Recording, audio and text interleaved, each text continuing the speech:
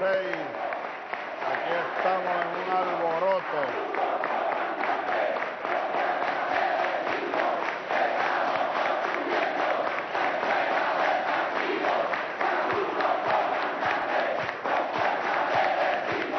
Estamos construyendo la escuela del partido.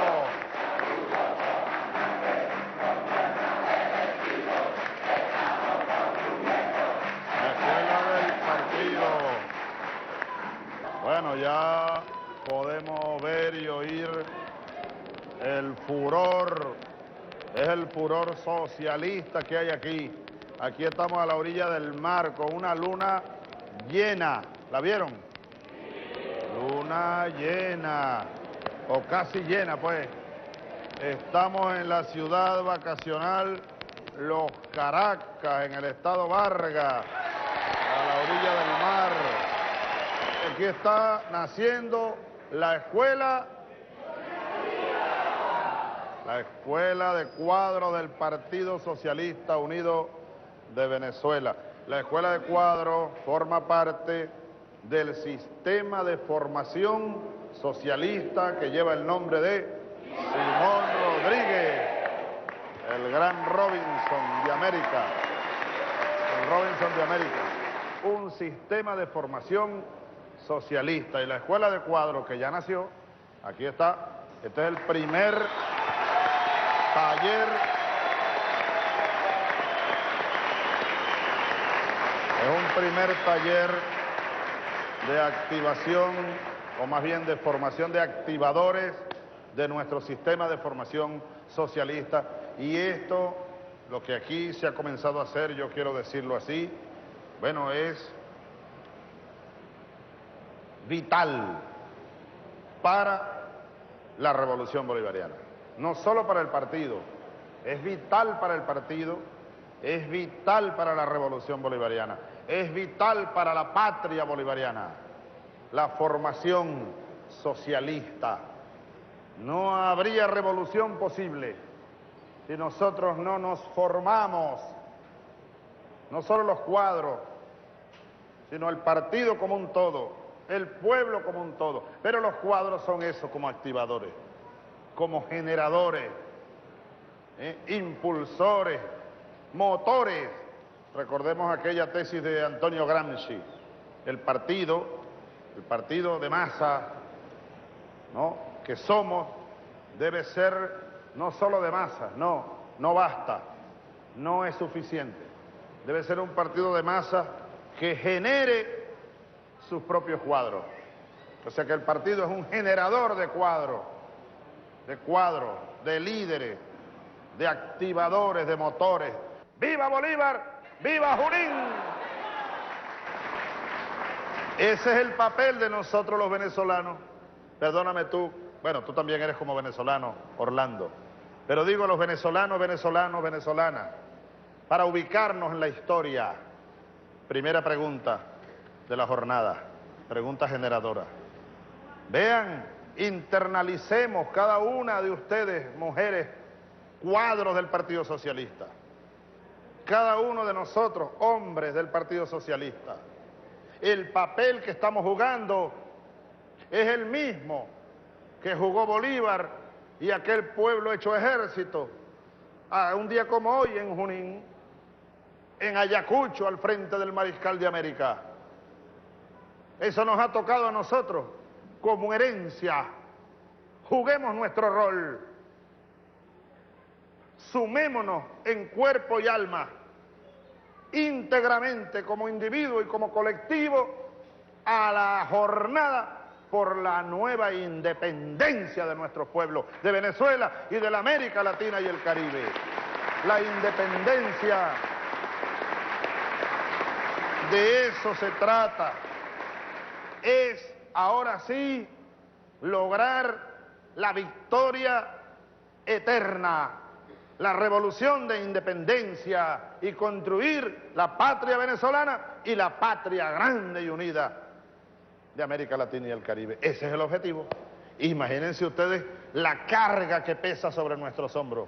Pero nosotros tenemos estirpe para llevarla a la victoria. Tenemos estirpe. Tenemos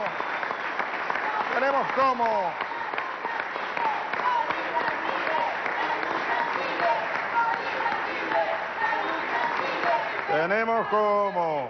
Tenemos como dicen, de tal palo, tal astilla. Tenemos barro.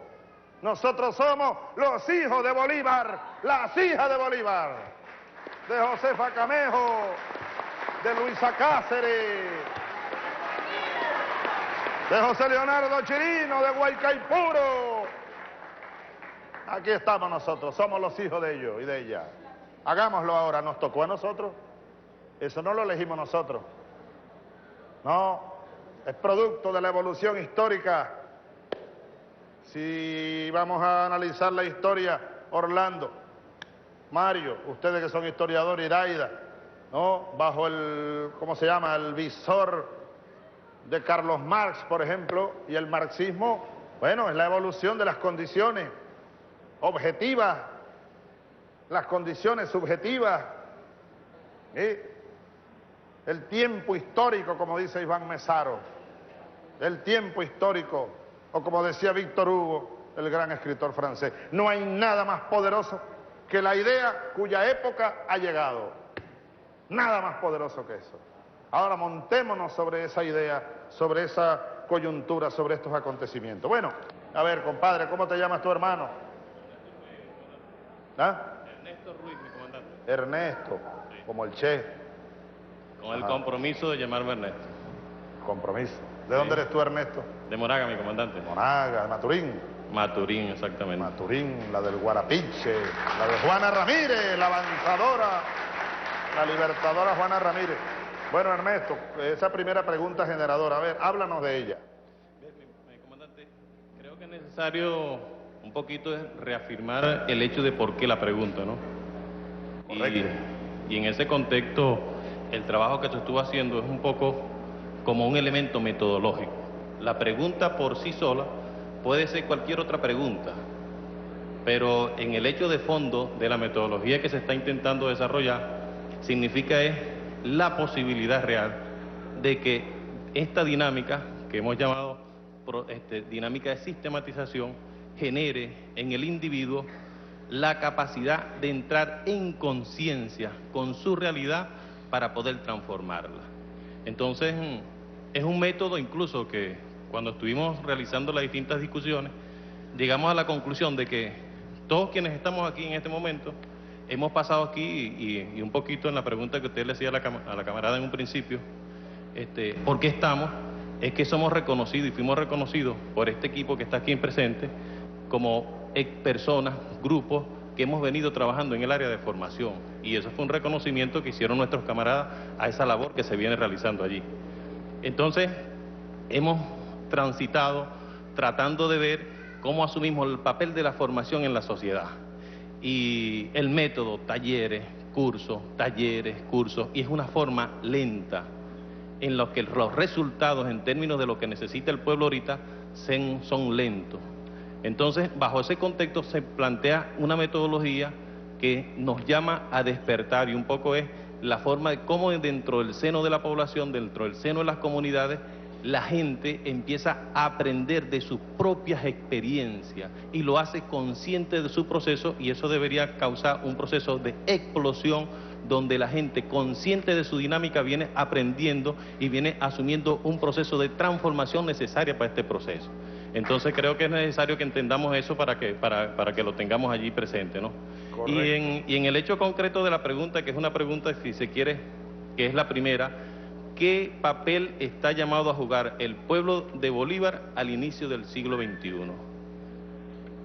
En esa pregunta, mi comandante, creo que se centra en el fondo la relación de compromiso histórico, el reconocer nuestro momento histórico como pueblo, nuestro momento que implica el reconocimiento de nosotros en el papel mundial y en el continente. Y eso significa, en el caso concreto del papel de los hijos de Bolívar, es reconocer nuestra identidad. Nuestro libertador pasó por América Latina, pasó por el mundo y a ser una referencia en el mundo. Y nosotros, ahorita como hijos de Bolívar, con la construcción del socialismo, entonces estamos en el compromiso de salvar el mundo, porque el socialismo que se construya aquí en Venezuela va a ser el socialismo que se construye en el mundo. Entonces, y esos elementos que están de construcción en el contexto de lo que es el socialismo, de cómo nosotros vamos transmitiendo y transformando esta sociedad para una sociedad de justicia, de equidad, entonces nos llama a nosotros a entender que hay en el fondo una relación de entendimiento profundo de lo que va a significar para nosotros el haber nacido en este momento histórico, en este momento que vivimos. Hemos pasado por paros petroleros, hemos visto el Caracazo, hemos visto nosotros procesos históricos que más nadie va a ver. Los vivimos nosotros, vimos el secuestro suyo, vivimos como pueblo todo eso, y entonces en este momento que identificamos, entonces hay una nueva encrucijada con la sociedad, con un compromiso con el mundo, y ese es el papel nuestro, identificar fundamentalmente nuestro papel ahorita en este momento como hijos que somos de Bolívar, como hijos comprometidos de este pueblo que en este...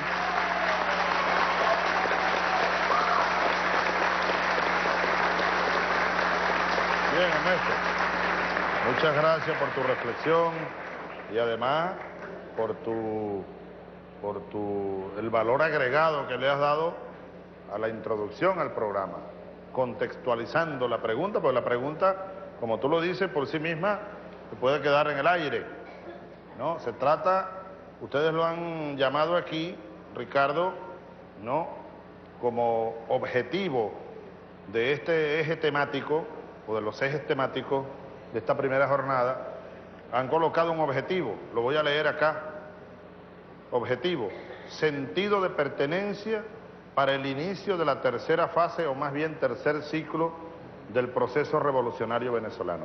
Es decir, crear, incrementar el sentido de pertenencia.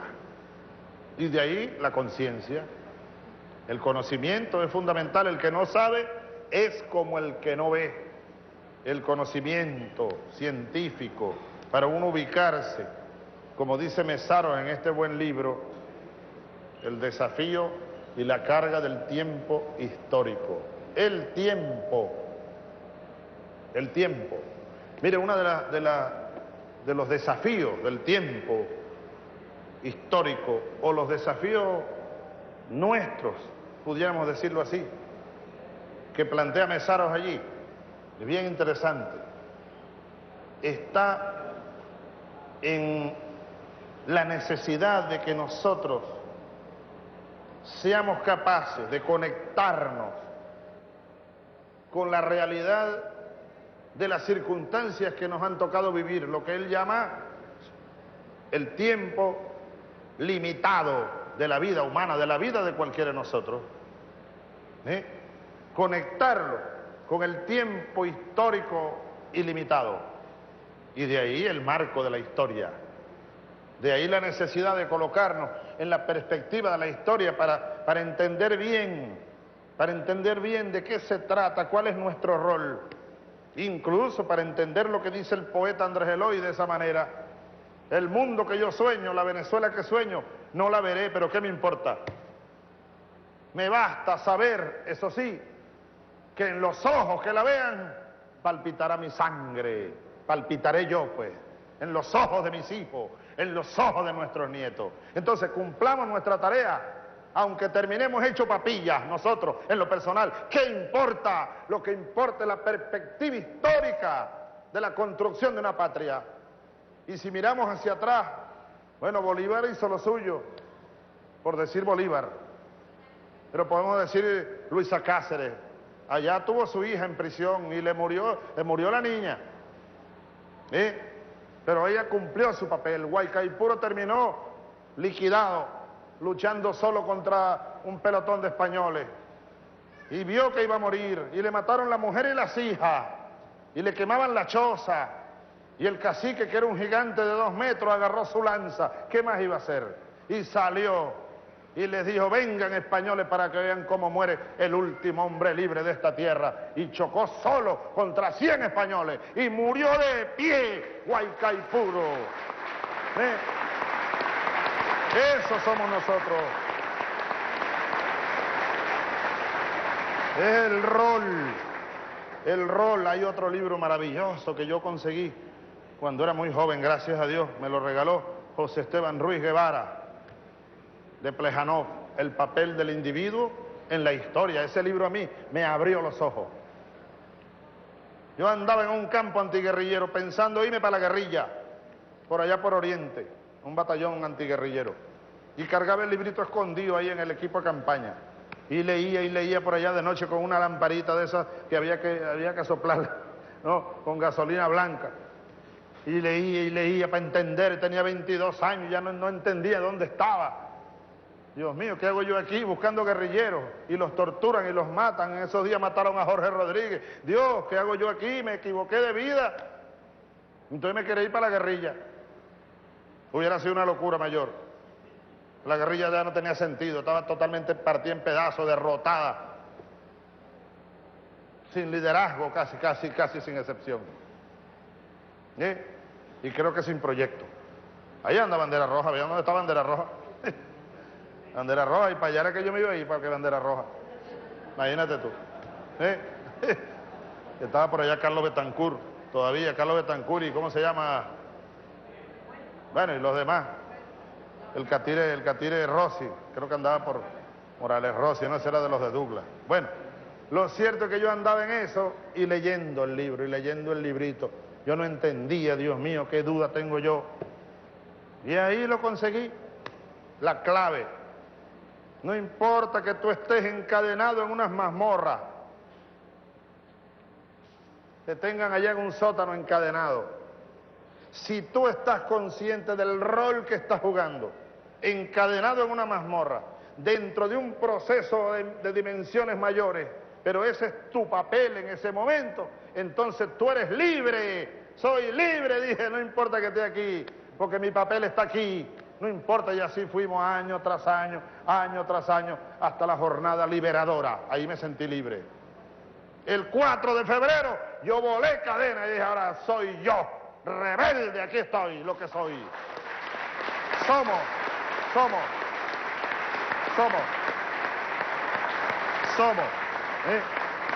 Ahora, entonces se trata de eso, ¿no? De la conciencia y el sentido de la pertenencia. Nuestra revolución tiene que recoger, así como el que enlaza, como el que lanza 1000 lazos y recoge lo mejor del pensamiento revolucionario de todos los tiempos. Yo sé que aquí hay personas que no son cristianas. Fidel es cristiano, pero en lo social. Una noche discutimos, empezamos como a las 6 de la tarde y eran las 8 de la mañana al día siguiente hablando sobre Cristo. Yo no he conocido a alguien que conozca más de la historia de Cristo que Fidel Castro. Fíjate. Y entonces al final me dijo, Chávez, yo quiero que tú sepas que yo soy cristiano, pero en lo social. Bueno, yo también, en lo social, en lo ético. Ahora, lo demás son asuntos ya religiosos, a veces míticos, ¿verdad? Mágicos incluso muchas veces, que se repiten de religión en religión, hay factores comunes, pero de que Cristo fue un gran luchador, pues lo fue, que vivió, hay rastro de su paso por esta tierra, murió crucificado,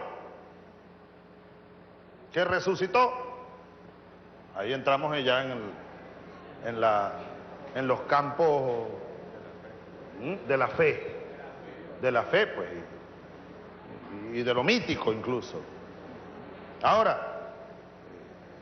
la teoría de Cristo, oye, el latigazo de Cristo cuando dice, más fácil será que un camello entre por el ojo de una aguja a que un rico entre al reino de los cielos.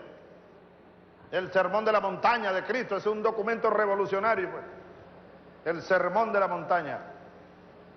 ¿Cómo vivían los primeros cristianos? Vivían en comunismo. Era la propiedad común, no había propiedad privada. Es la historia del cristianismo verdadero, no el falsificado de los fariseos que a veces andan vestidos de cardenales y no sé qué más, pero no son nada cristianos. Ahora, todo ese pensamiento que tú dices, hasta incluso el socialismo utópico. Ahí hay elementos importantes. Mira, Simón Rodríguez era un socialista, aunque no utópico exactamente, no se pone a analizarlo, y él pasa para acá, para este lado del socialismo científico. Es un adelantado incluso. Antes que Carlos Marx ya le está escribiendo, por ejemplo, fíjate esta cosa de Simón Rodríguez Borrego. Bueno, tú mismo en tu libro es que creo que lo citas, de Simón Rodríguez, cuando dice, si para producir tijeras tuviéramos que convertir en esclavos a los trabajadores, entonces mejor es que nos cortemos las uñas con las manos. Simón Rodríguez, hablando de la división del trabajo, antes de Marx. Entonces, él más bien tiene visos del socialismo científico, Simón Rodríguez.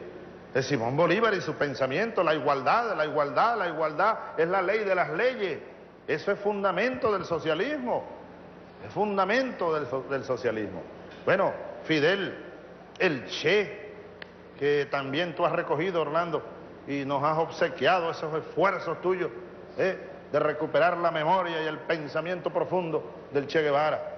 Bueno, todo esto, ¿no?, forma parte del reto que tenemos todos como cuadros, como militantes de nuestro partido, y de allí la gran importancia de esta escuela de cuadros y de este sistema de formación socialista. Sentido de pertenencia. Mire, el que tome de verdad, el que tenga por dentro ese sentido de pertenencia, aquel o aquella de nosotros que logre sembrarse la conciencia hasta en la médula, se convierte en una fuerza imbatible. Nada podrá detenerlo, nada ni nadie. Bueno, la muerte, y sin embargo, quedará la huella. Convirtámonos en eso, en verdaderos motores de gran potencia en función de la conciencia, el sentido de pertenencia a un eje histórico, a una batalla larga que trascenderá nuestra vida física, así como trascendió la vida de Bolívar, del Che, de Manuela, de todos y de todas. Una vida, 50 años, 60 años, 100 incluso, es nada, es apenas un punto, no es que es nada, no es un punto, en una línea larga que se pierde de siglos y siglos. Tengamos conciencia de eso, y entonces estaremos listos para dar la gran batalla todos los días de la vida que nos queden a nosotros, para libertar la patria y para crear la patria grande y socialista. El reto, un poco cómo construir el socialismo, el cómo. La primera pudiera tocar el cuándo, la historia, el tiempo. Tenemos que convencernos de que no nos dará tiempo nuestra vida física para ver terminada la obra. Y eso es muy importante además para no caer en desesperos. Bolívar decía, si queremos patria, tengamos paciencia y más paciencia, constancia y más constancia, trabajo y más trabajo, para lograr nuestra meta. Bien, ahora el cómo, el reto de construir nuestro socialismo, porque no es el chino, no es el de la Unión Soviética que existió, creo que existió, no, al menos en una primera etapa hubo un empeño, después se desvió temprano se desvió, y Lenin murió muy pronto, aun cuando, por supuesto, sobre un solo hombre no se puede cargar, pero era el líder y murió muy joven. ¿Cuántos años tenía Lenin cuando murió? 50 años, ¿verdad? Enfermó, ¿verdad? No llegaba a 50, tenía 48 años. No llegaba a 50, era un genio. Era un genio. El gran culpable, como dice el Che. Pero vaya, qué gran culpable. Ahora, entonces, el reto de construirlo no es el de la Unión Soviética, no es el de Cuba. Mira, Fidel es uno de los primeros que me dice, Chávez, tienes que considerar que tú estás en Venezuela, no en Cuba. Y no estás en 1960, estás en el 2000. Date cuenta siempre de eso, no te desconectes de la realidad.